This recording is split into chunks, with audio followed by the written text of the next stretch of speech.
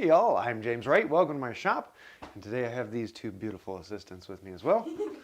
My wife Sarah, my daughter Melody, and we're gonna be having a little bit of fun. It's been actually just a hair over a month since our last one. We've been busy and doing other things, but tonight we're gonna be getting down to business. So we're actually gonna be using a board to make a book stand. This is one that I've done a couple times on videos before. But I've never done a live of it, so this will be a fun one to build along. And it's probably going to take 2, maybe 3 lives, because I want to do it slowly so that you can follow along as well. So if you want to, we can start on this tonight, and next time you can then pick up where we are and do it live with us, so treat it kind of like a class. I have a board about that long, about 1 inch thick, 5 to 6 inches wide. The actual measurements on it don't matter. I'm not actually going to be talking in measurements as much as I'm going to be talking in ratios. So we'll be dealing with this a little bit simpler. You're going to need a panel saw of some kind, preferably, there's the word, a rip saw, a set of chisels, a mallet, maybe a coping saw or a turning saw. It's relatively basic tools. But the cool thing about this, Already can you zoom in on this, is that we're going to be making this out of a single board, and ooh, look at that focus. It opens up, hinges down. We're not going to do any gluing back together. It's just a simple board that we cut down here, and then make this hinging mechanism so that it'll swing out. This is one I made a while ago that actually has a wireless charging port in it, so you can plug in your phone. Here's one that I found at a thrift store. This one was made in the Middle East somewhere. This one is it was cut green, and you can see how it is warped all over the place. I've made several others in the past, but they end up being relatively good gifts because they don't take that long to make, and I've given them to a couple people. Actually gave one to Melody a while ago that she used for a doll seat, and that one disappeared somewhere.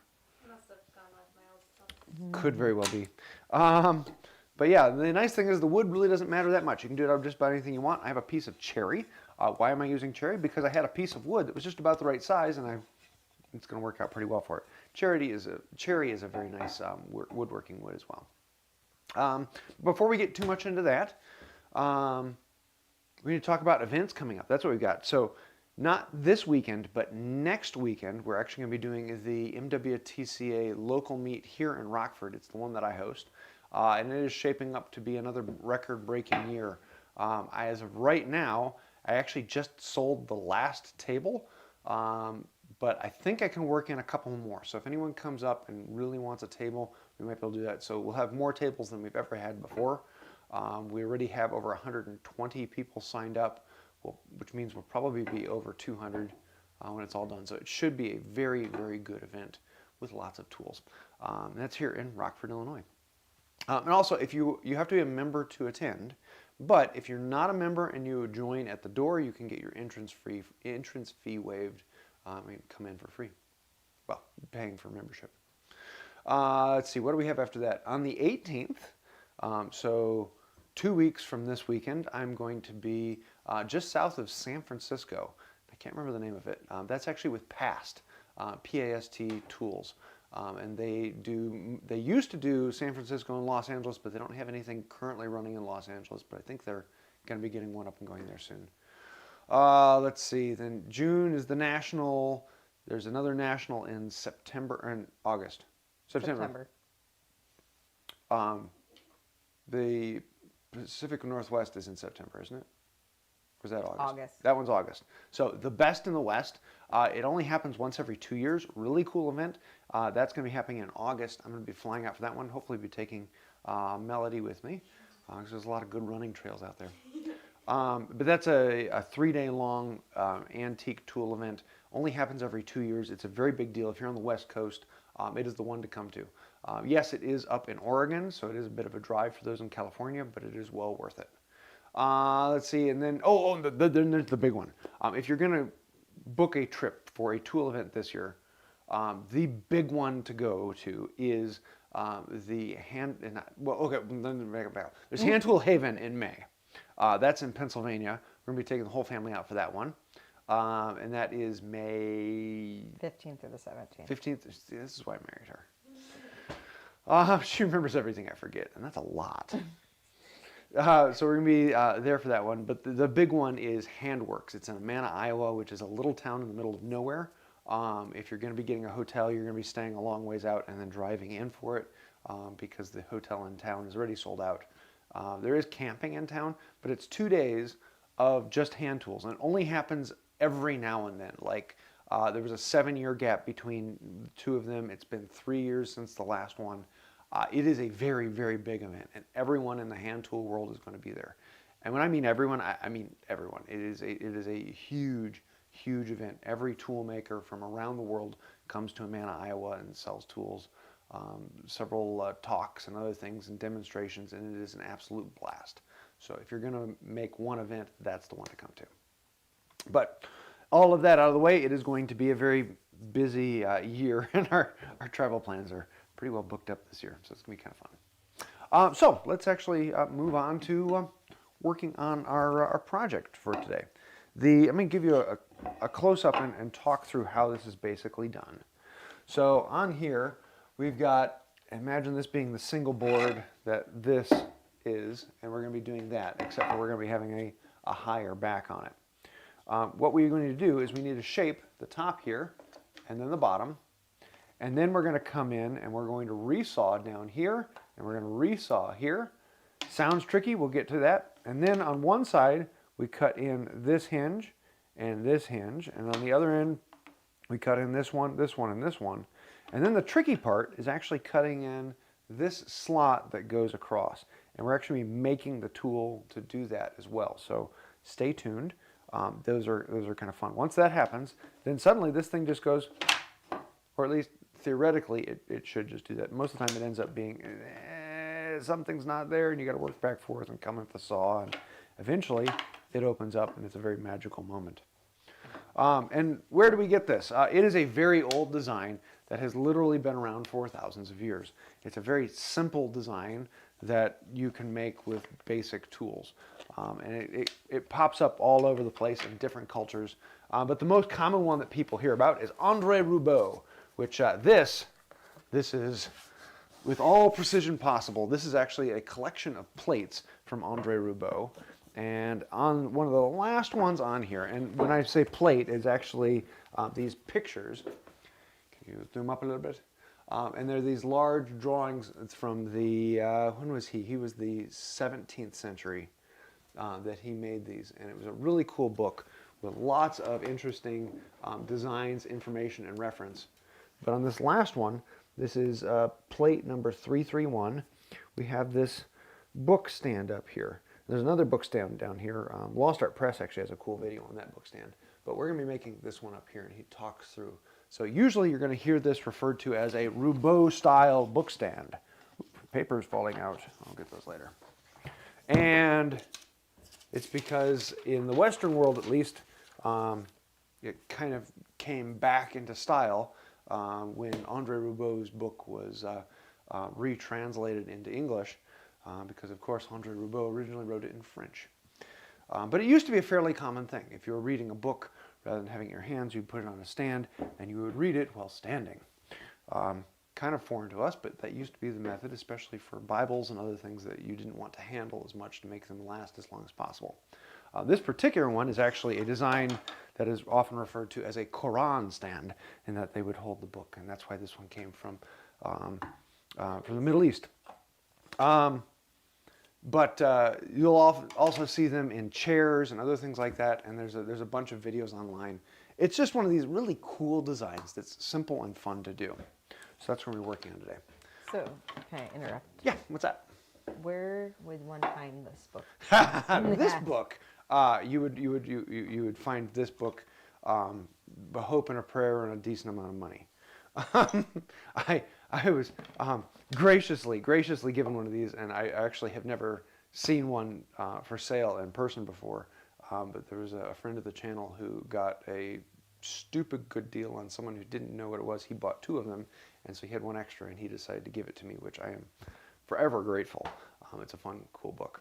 But you can find all of the designs online. If you look up Andre Roubaud's plates, For this particular one, it's plate number 331.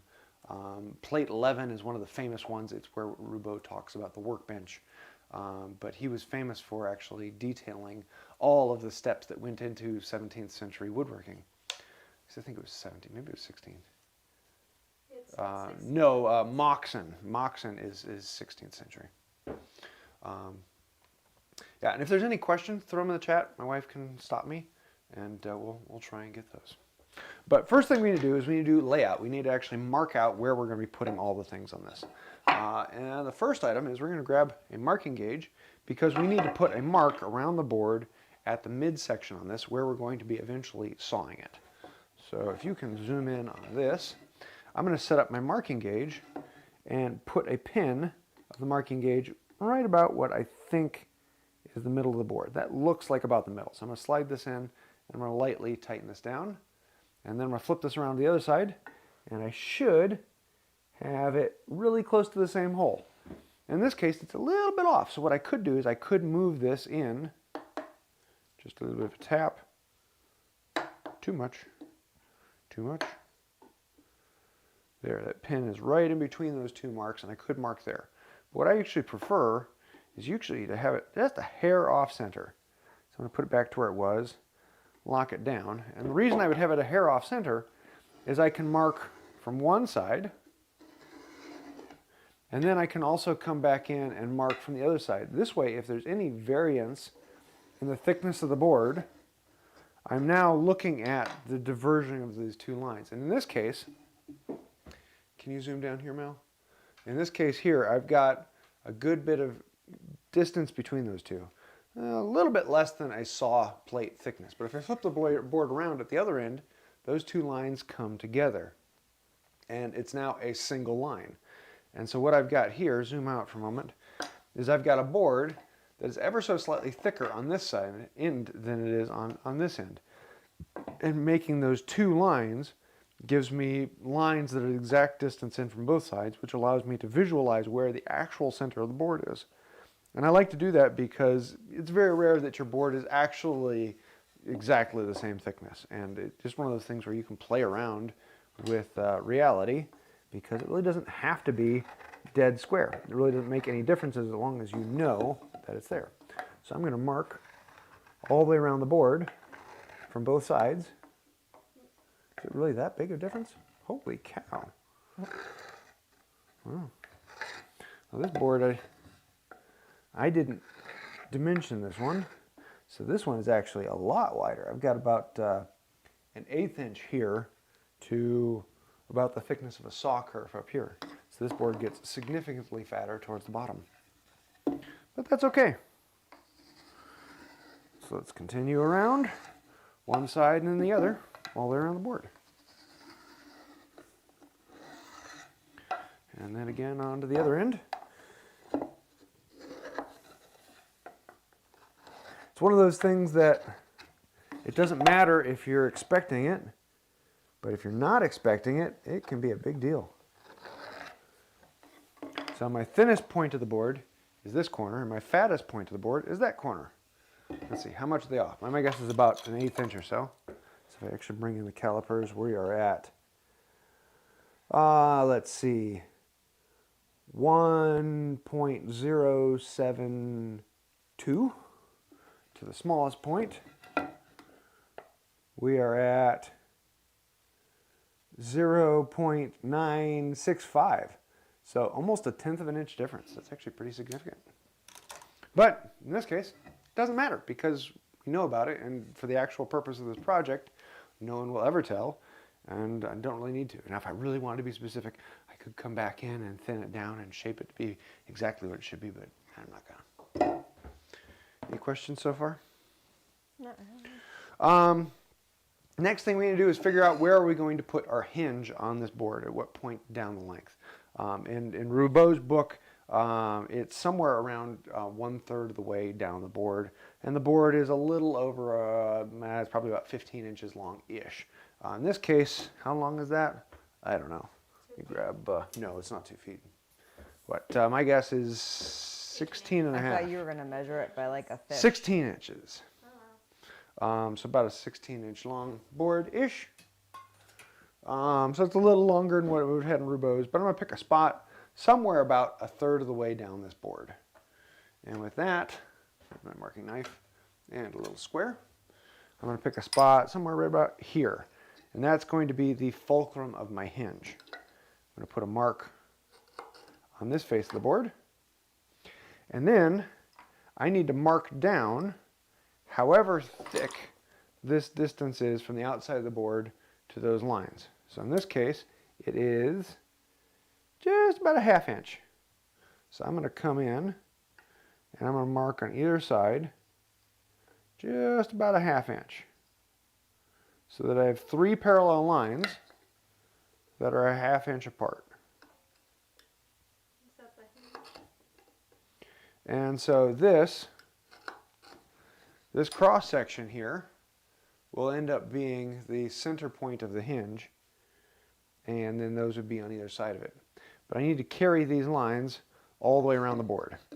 And I'm going to actually put on this my reference face. So this is my reference edge. Ooh, pencil broke. Reference edge and reference face. And so that lets me know I always need to reference off of this edge and this face. So I can come in with my square, and I'm going to take those 3 lines, and we're going to run those across the board. 1. Not going terribly heavy, just enough to mark it and see it. And if you do it with a pencil, that's great too. I much prefer using a marking knife. 1, 2, 3. And then we want to carry it up, and I'm keeping the fence on this face because this is my reference face. The fence is always on the reference face or the reference edge. I put that into here. Any questions? And there's 3 marks on that face, on that edge. I want to flip it over. Now in this case, this is my reference edge. So I'm going to take the square and I'm going to flip it around so that it's always referencing the same surface. And I can put my knife into the mark, slide the square up against it, run along, put the knife into the mark, slide the square up against it, run along. Those 3 marks should line up dead on. Can you zoom in a little bit?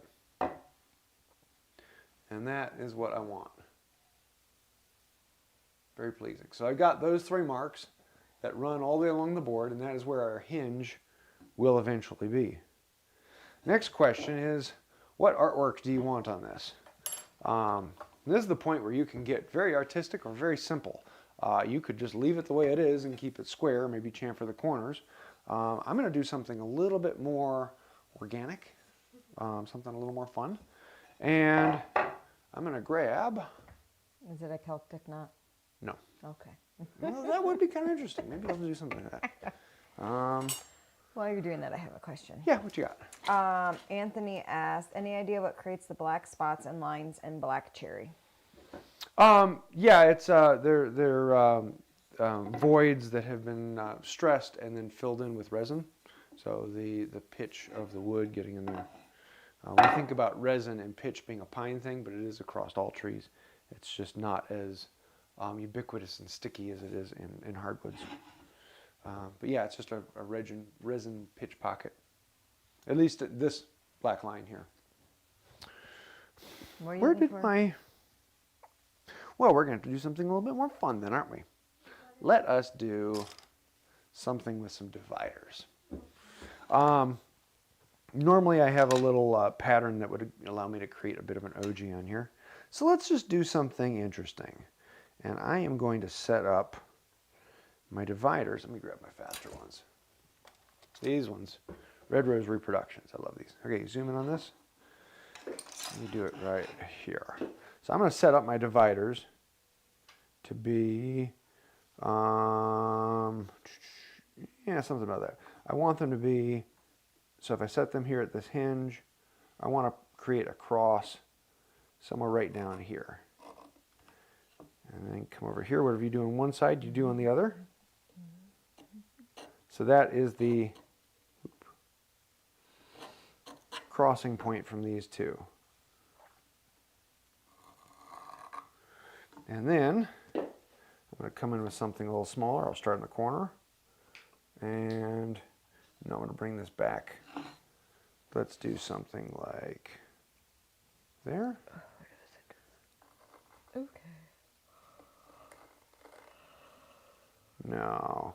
See, I'm just kind of playing around with giving a shape and seeing what I like. Yeah, that's not bad. So I'm going to set the dividers to something around this. Start from this corner, come out here, and then draw a line around there. This will allow me to do the same thing on this side. And so this gives me a little bit of a pillow shape. Pillow? Pillow. Pillow. It's pronounced pillow. Pillow. And then I'm going to come in and I'm just going to put some lines on here. How far in was that? Like an inch. Inch and a quarter. Quad. And a quarter.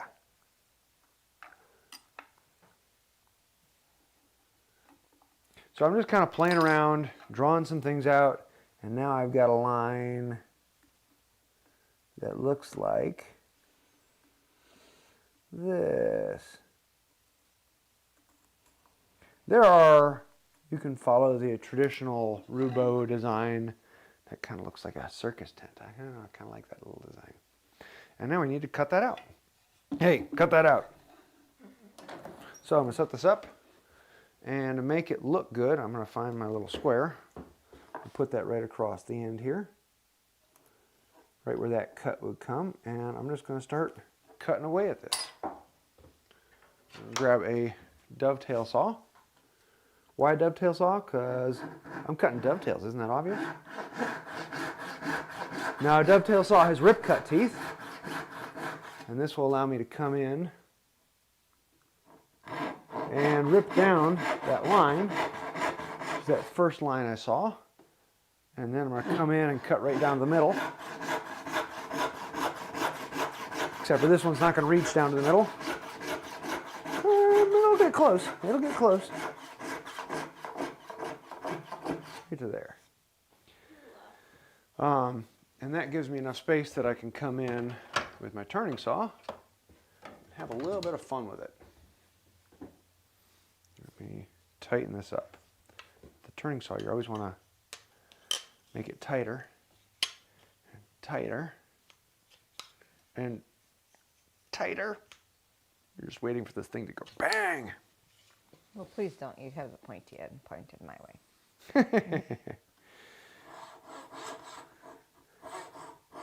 And then I'm going to come in here. Nice thing about the turning saw is you can use it to turn in the cut.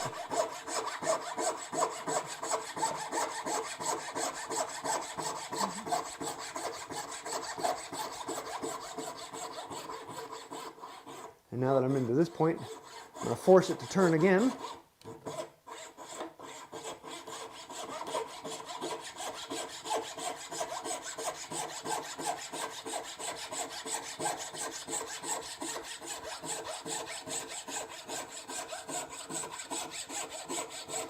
This is not going to be my cleanest cut.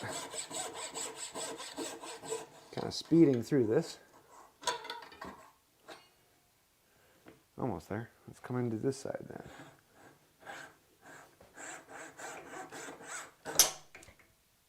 Did it just break? What just snapped? Maybe I just tapped something with it. Sounded bad. Normally when it breaks, it's a little more aggressive.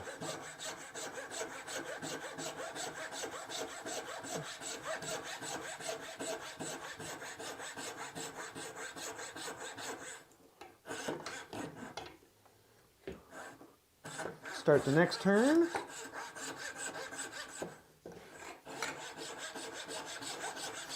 I think this is one of the things why I like projects like this, is that there is no right and wrong. There's just the way you think, yeah, let's give it a try and see what happens. And if you don't like it this time, you make another one. So I have a question. What you got? Mike wants to know, would you use cherry for totes or I think he meant knobs. If you don't have rosewood or black walnut. Oh yeah, I've used cherry before. Another common one is fruit woods. Good replacement woods for that kind of thing. Ta-da! Then if I want to refine it, I can come back in. Let me grab a triangular file that allows me to come in, get right down to it, and then these spots where it starts to join, I can have a little bit of fun and really work this out and smooth it down.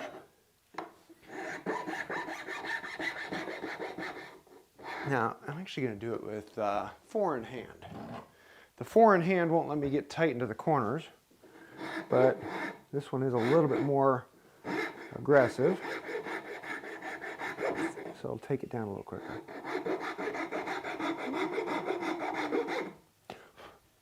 But this is something you can do later on when you're trying to do your final detail. So we're going to kind of leave that alone for right now, and I'll come back, probably do that off camera because it's just going to be more of that fiddling and playing with it. And the idea is you start with something aggressive and you come into something a little less aggressive and a little less aggressive until you get down to a really fine cut. And eventually... You're trying to figure out the shape or email. What's no, that? just one side's a little more curvy than the other. So. Yeah, this one was a little bit flatter. So I may end up working this edge down a little bit to add some of that curve back in. Except for that's not the right tool for it. But it's kind of one of those things you can spend a while on and detail and play around with it. But we'll do that off camera because it's kind of one of those things where it's probably going to take me about a good 20 minutes or so to smooth that out and detail it.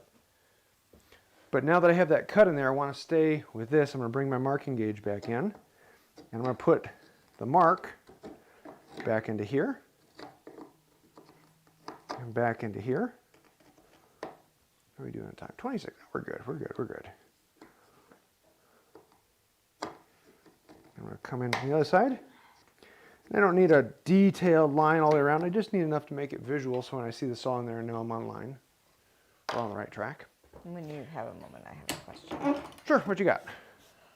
So Eduardo has a question on the turning saw. Would you be using the turning saw on the pull or push stroke? I'm using mine on the pull stroke, pull. So I because I use all Western saws, everything just feels a little better on the pull stroke. Excuse me, push stroke. It's one of those a long nights. day. All of my my saws I use on the push stroke. So yeah, even with bow saws, push or pull, it's the same diff. You'll hear people arguing one way or the other. It just depends on what you're comfortable with, and either one works perfectly fine. So then the question is, what do we want to do on the other end? Now on the other end, because here's a small rendition of it, we are going to be having one side much longer than the other. Anything we do is just going to be on that one side. And honestly, I really like this chamfered corner look. And the nice thing is we can do that later.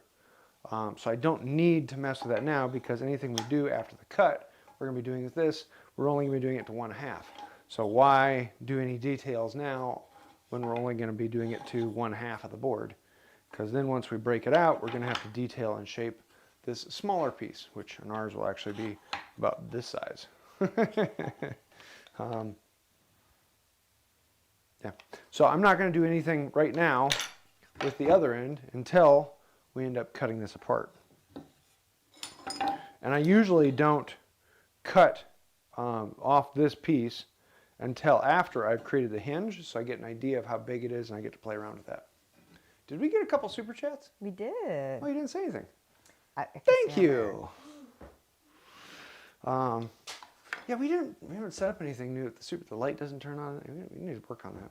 No. I need to work on that. Do you want me to give a joke though? Oh yes, you got a joke? So I'm going to steal a joke from Arthur. Oh no. Oh, this is Arthur's our youngest son. Oh goodness. So if you take a can of soda and you cover it, so that there's no opening. Do you know what you call that? A cant of soda. Oh my goodness. Oh, yes. So, cutting this, resawing. Okay, this is where the fun's going to happen. So we're going to actually resaw this. We're going to take this board and we're almost going to completely cut it down lengthwise, and that scares a lot of people. So we're going to be, basically the rest of this session is going to be talking about how to resaw, and this is a skill that you can then take on the other. Really, really scary, but in reality, it's not that difficult. Now, there's other, actually, I don't remember if it was Roubaud or another one. There was actually they were discussing how to actually make this. And rather than leaving it long like this and this being one, they would actually have had a longer piece on here and they would make two out of it. And they would actually take these two end to end and cut them out like that. And so rather than resawing with a big panel saw, they would actually resaw, where'd my turning saw go? Over here. They would resaw with a turning saw. And so what they would do is they would cut in here and then turn the board, and they would cut resawing along the board that way, and then they would turn it again and pop out the other side, and they would actually make this zigzag cut inside the board with a turning saw. Can be done. Takes a little longer because a turning saw is not a great resawing saw, and it would have been a larger one than this turning saw. It would actually probably have been about that long or so. But the nice thing about that is you would not have any waste out of this other than sawdust and any little details you'd come out from the architecture. And because of that, it was a cost savings thing, and they could actually make more of them from smaller pieces. And it used to be back in the day, manpower was the cheap thing, and you would waste manpower to save on material. Whereas now, manpower is the expensive thing and the material is so if you want to try that, go for it. I have actually never attempted it. I've thought about doing it. Might make an interesting video at some point, but not tonight because it's going to take a decent amount of time. So for the resawing, I'm actually going to be doing it with a panel saw. Now, in technicality, this type of panel saw is called a hand saw, which if you really want to be fun, all of these other saws, with the exception of these two on the end, none of these are hand saws. Only this one is a hand saw. You gotta love technicalities. And the idea is that a hand saw is actually a panel saw with larger teeth, longer than 26 inches. So, yeah, if you want to get technical, but honestly, they're all hand saws because we now have power saws and hand saws. It used to be the only thing that has a hand saw was actually a large rip cut saw. Fun. Now I could use my Roubaud style frame saws. But honestly, this is a little small for one of those things. Usually I don't pull those out until it goes over about 6 inches wide. And this one is, did I ever measure the width on this one? What are we at? 1.25 maybe? 5 1/4? 5 3/4. Wait, I was thinking this way. So it's actually a little wider. But usually I'm not going to pull out one of those big things and until it gets over 6 inches, or if it gets really dense. If I'm doing something like with maple, that's a lot easier. But the hand saw is honestly my go-to for anything small like this. So to start it out, we already have that line drawn on there. Actually, let's start with this side. I want to say, okay, the other big scary thing about this is usually when you're resawing a board, you're going all the way down the length of it. And so you can cut halfway from one side, turn the board around, and if your saw mark starts going offline, you can then turn the board around and come at it from the other side. It's kind of nice. But in this case, I can't come at it from both sides because I got a hinge in the middle I don't want to touch. So I'm going to put this in here, and I'm going to lean it away from me. Can you move the camera a little bit? Whoop, don't pull the cord. There you go. And I'm going to lean it away from me a little bit, and I'm going to put my hand on here and pinch the end of the board. And that pinch on there will actually allow the saw to slide on my thumbnail. Can you are you focused on this? Or you? Yeah. I think you're focused on Mom. There you go. We don't need to focus on me. And with it pinched on there, that allows me to move it and position it side to side by moving my thumb. If I pinch more, it pushes my thumb to the right, and if I pinch less, it pulls it back this way. And then I can allow the saw to come in here. And I'm not going to be putting my weight into it and jamming this thing down in.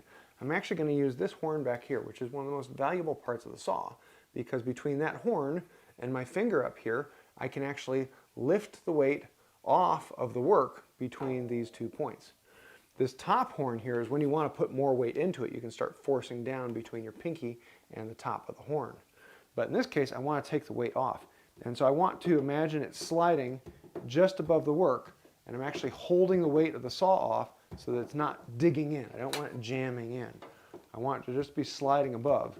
And with those big teeth, they're kind of hard to start because once you get it into a tooth, it actually doesn't want to go. Now, some saws actually have small teeth up here, and the idea is that small teeth are a little easier to start. I found it very hard to start with the saw that far away from my controlling hand, so I usually bring it up here around the middle of the saw, and that's what I prefer to start with. Different people like different strokes. I honestly don't like small teeth on my saws. I want them to all be the same size, so I get the same force all the way through. But once it's started, it's pretty easy.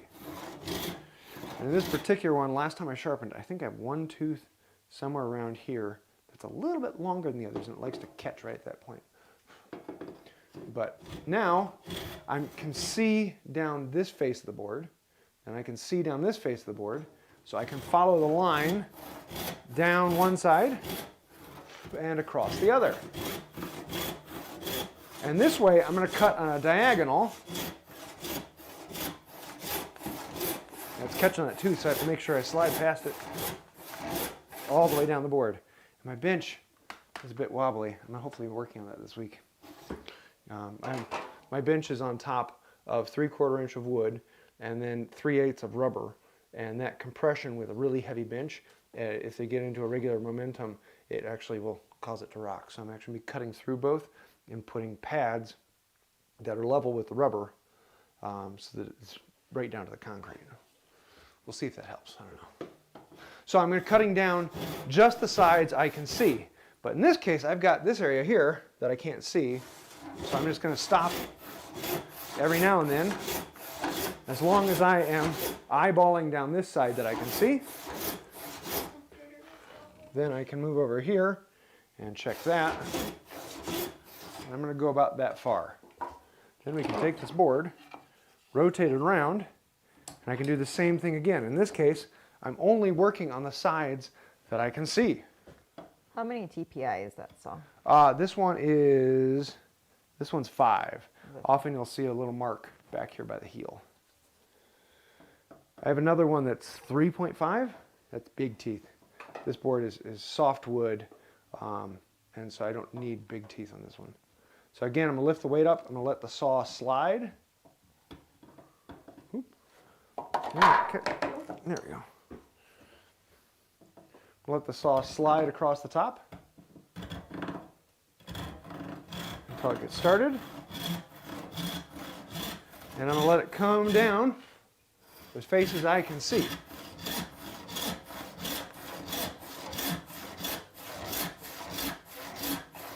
doesn't help that my bench is actually off its marks.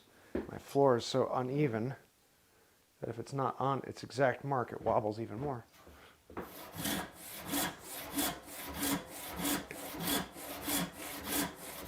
And so I'm coming down at an angle here, and I'm trying not to hit this area that I can't see until I can come through and let the saw then connect into that other side. Woo, we're out of focus. There we go.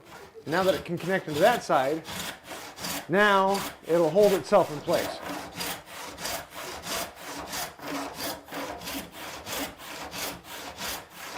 And I'm just cutting on this top face and back here. I'm not going to cut down this side at all.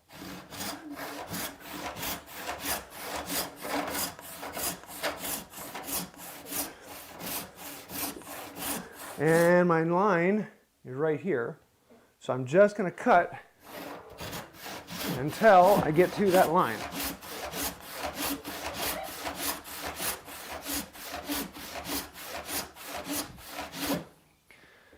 And that's about where I want to be.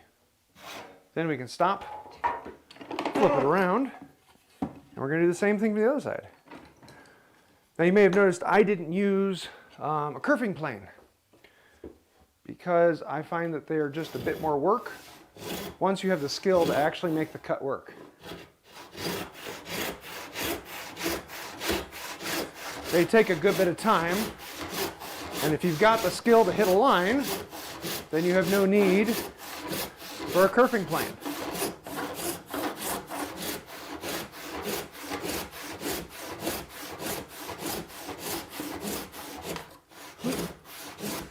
When I get down to that line, okay, I'm at that line here and that line here.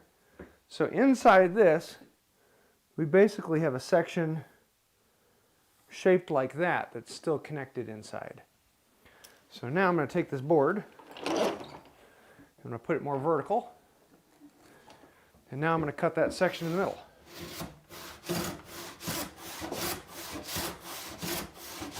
And this is the point where saw blades tend to wander. It's flapping on you? We don't have a backup for this laptop. You want to sit over there for right now? I'm just afraid the screen's gonna go wham. Well, the rest of this is going to be that. This is the point where people are going to really have problems, because it may be that you're on your line on this side and you're on your line on this side, but when you actually open it up, there's a curvature in there. And that curvature is often because at this point you start pushing on it and you're getting aggressive. And when you're putting weight into it, what you end up doing is clogging your teeth. And once the teeth fill up with dust, they actually have to get rid of that dust, but the only place they can get rid of it inside the cut is for it to come out on one side or the other of the saw blade. And if it comes out on this side, it's going to push the blade and it's going to start to curve inside the cut. So you might be on your line here and on your line over here, but the inside is curving because you're putting too much weight into it. That's one of the most common ones. The other one, it could be that your saw is just not set up well.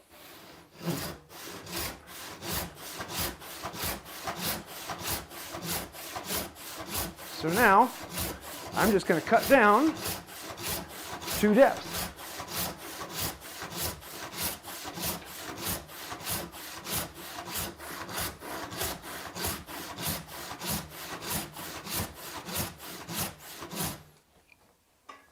So I'm at my line here. I'm about a quarter inch off here, so I'm going to go a little farther.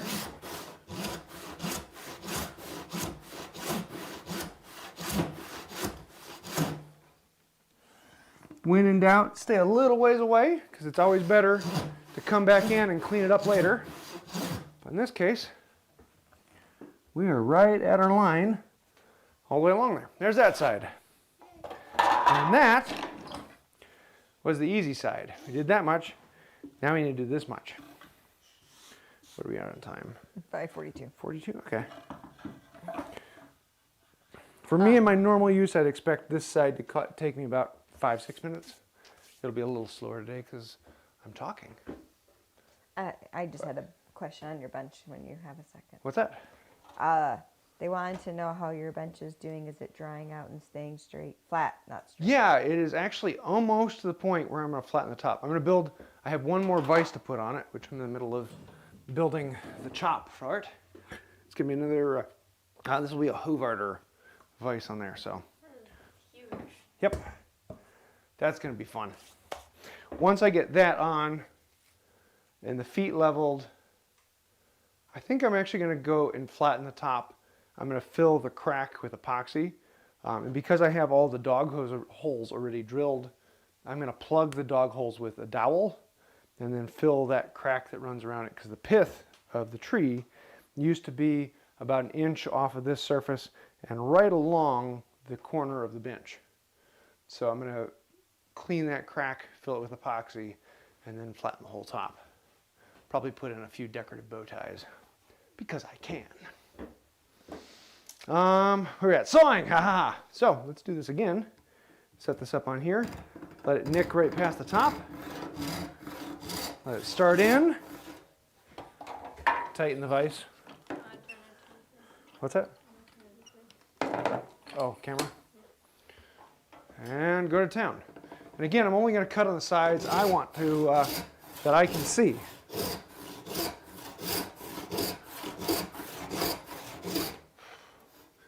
okay, here's a good one. Come in here, Mel. I want to show you this crack. I'm going offline here. And where's my knife? So I started on my line here, and you can see how this has started to veer off that way. And the common thought is then what you should do is when your saw is in there, twist it and cause it to go back online. And you do not want to do that because then you're just going to get a curve in your blade, and that curve is going to bring it back and it's going to go offline over here. And when it goes offline over here, you're going to try and fix it and it's going to go back this way. And you're going to get this S curve going down the board. You can focus on that. And we don't want an S curve, we want a nice straight line. And so the way you fix it, get out of the way, is you don't, come and put it right here so you can see this. Lift it up a little higher. There we go. So what I don't want to do is I don't want to be here and forcing it to come back online. I want to actually back up, and at this point up here I'm going to twist it a little bit, and I'm going to use the side of the teeth, the set on it, to bring it back in line, and I'm going to fix it back where I went offline. Make sure I'm going the right direction. I'm going to fix it back where I went offline rather than way down there at the end. I let it go a lot farther than I normally would. So it's going to take a little bit. Make sure I'm still where I want to be, right there.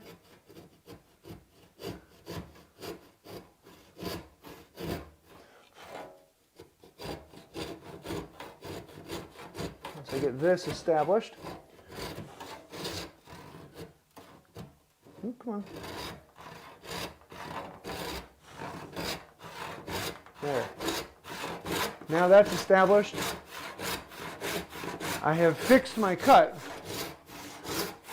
and now I'm on line where I want to be.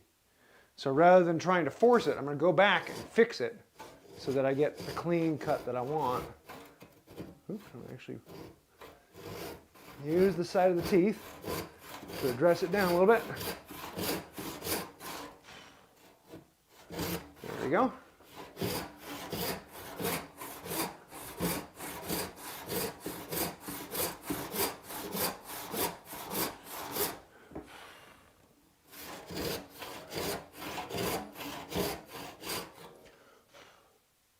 Off the line? No, you're good. And I'm regularly adjusting, especially now at the beginning, because the beginning cut is the most important cut. And then once I've gotten in a little ways, I'll flip the board around, come at it from the other side. And again, only hit the two sides that I can see. Make that just a little tighter.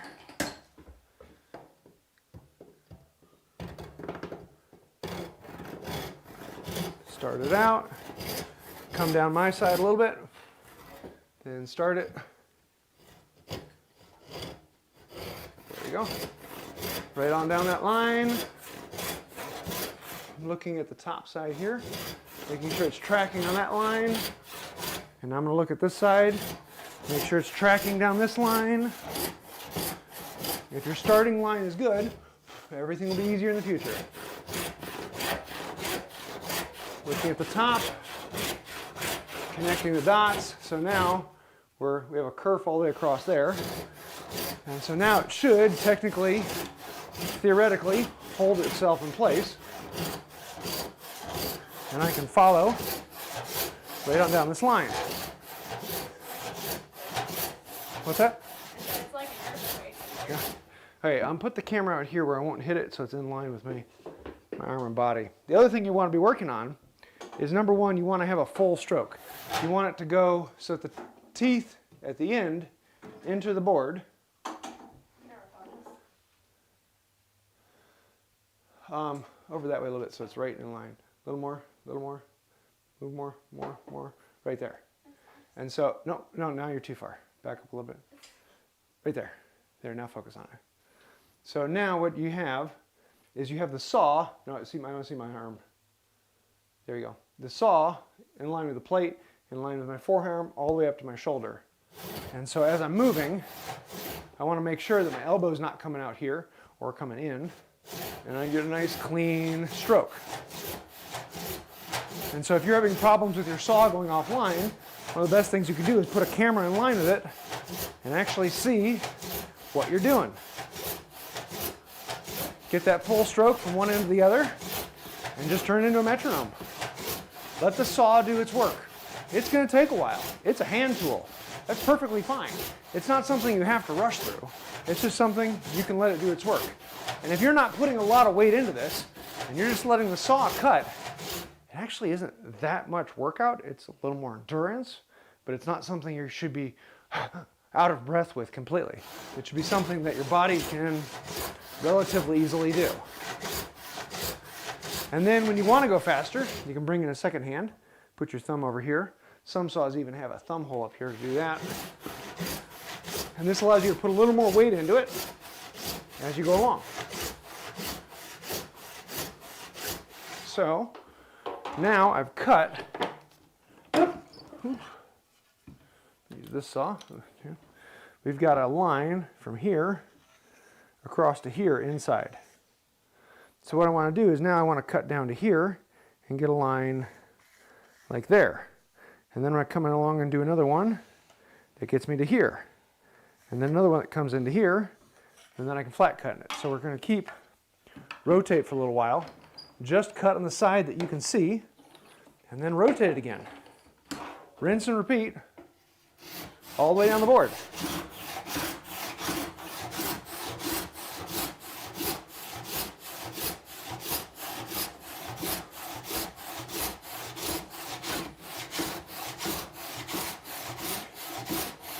And if it starts to get hard to push and really starts to bind up on you, it could be one of two things. Number one, it could be that you've been putting too much weight into it and the saw is starting to turn inside, in which case then you're up a creek without a paddle because it's really hard to fix that. Or two, it could be, like in this case, the board is actually starting to bind up on me. And when it's doing that, there's actually a little bit of pressure in here it's releasing. So what I want to do is take the saw out, find my hard wax, and I'm going to take this and run it down the plate and add a little bit of wax onto the plate. And this will just allow it to run a little bit smoother and easier.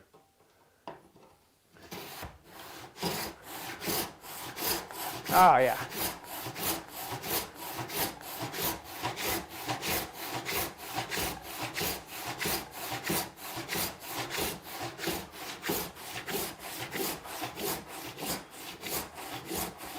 Keeping an eye on the line on my side.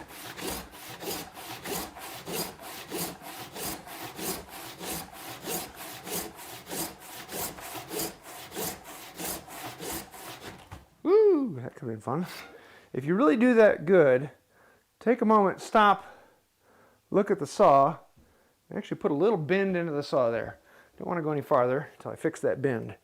And yes, you can do some crazy stuff to these. Bring them back in shape.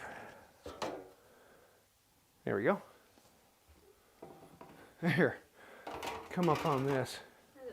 Here, zoom in on this. I want to show you what this board is doing. Here, focus on that. Oop, not that much, back up. There you go. And what you can see here is this is pinching up here and getting bigger down there. And so you can see how this board is actually squeezing up here. And if I were farther down the cut, I could put a wedge in there, but I can't do that yet. Let's see where I'm at. You can go a little farther on this side before flipping it. So that's where the wax really comes in, when it starts squeezing up on you.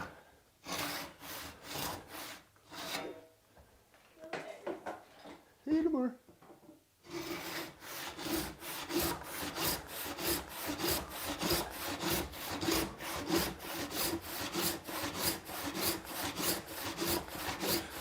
And with this, we're a little over halfway. So I'm going to stop, flip it around. And now we've cut. The first cut was this triangle over here.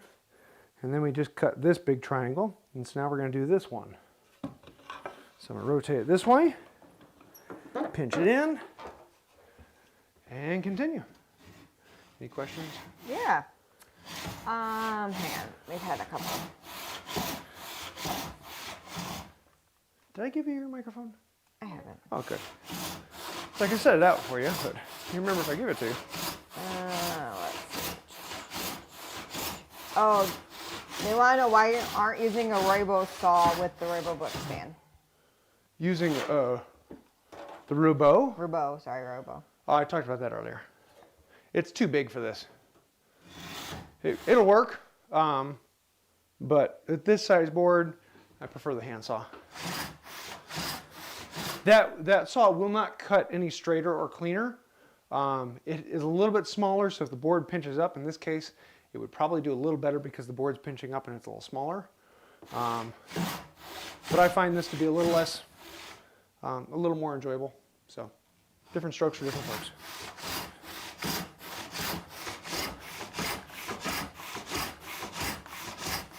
Any others? Adam wants to know, is cherry your favorite wood to use? And if not, No. what's your favorite? No. Well, actually, I'm going to stop here because let's add, if anyone has any questions, throw them in the chat. And I'm going to do this off video. So I'm going to finish cutting down. It's the exact same thing I just did on the bottom, except we're going to cut down to this line. So when it's all done, all of this should be cut to this bottom line, and all of this should be cut down to this. So we should have those two lines that are still connected there. At that point, you need to be a little careful because at that point, you have a little bit of connection point in there. And if you really get in there and split this, it's going to split out on you. So I'm going to do that off camera. And next time we come together, then we'll actually make the hinge. So I don't know if we'll finish it next one, because I think what we're going to do is carve the hinge and cut the board to length. And then we're going to make the specialty tool needed to actually split them apart. So I don't know if that'll all be one or probably two. But yeah, as to cherry, no. Honestly, cherry is fun to work with hand tools. It's really nice hand tool wood, but it's just not worth the work. It's too smooth and blah. White oak. White oak is incredibly hard to work with. Very, very difficult. It is not a great hand tool wood, but it's so worth it. Oh, when you put the oil on, it's just beautiful. It's a lot of fun. So yes, white oak is my favorite. But I like, what is it? Misery is temporary, but glory is forever. Is that the saying? Something like that. And so the amount of enjoyment for actually doing the work with cherry is not worth the years of looking at it and being like, it's cherry. Whereas white oak, a lot more work, but you get years of, oh, wow. And that's worth it to me. You just like to do things the hard way. I do. I love banging my head against the wall because it feels so good when you're done. What's next? I think we're caught up. Really? Okay, cool. So yeah, next time, we got to actually look at when is next time.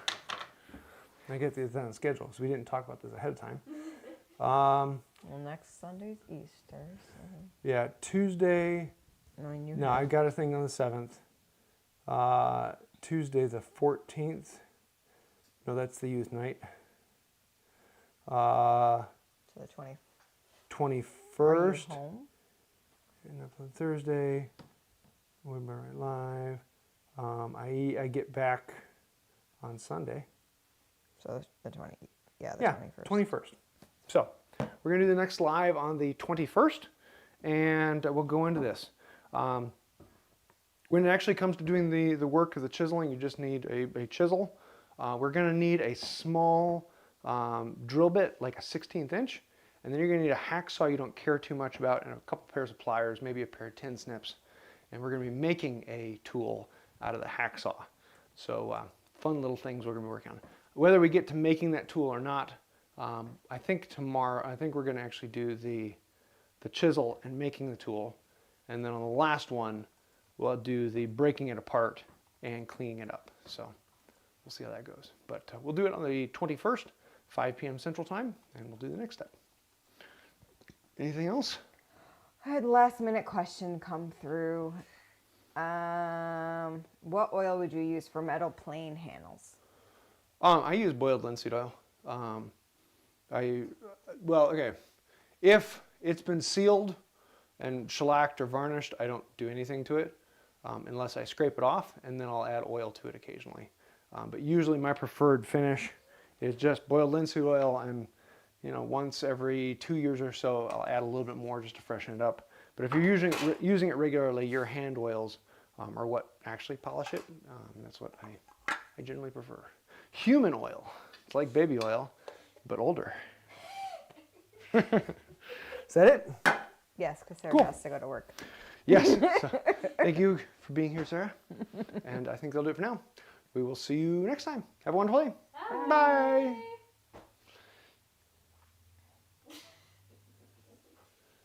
Cool. Thank you. You're welcome. We're doing a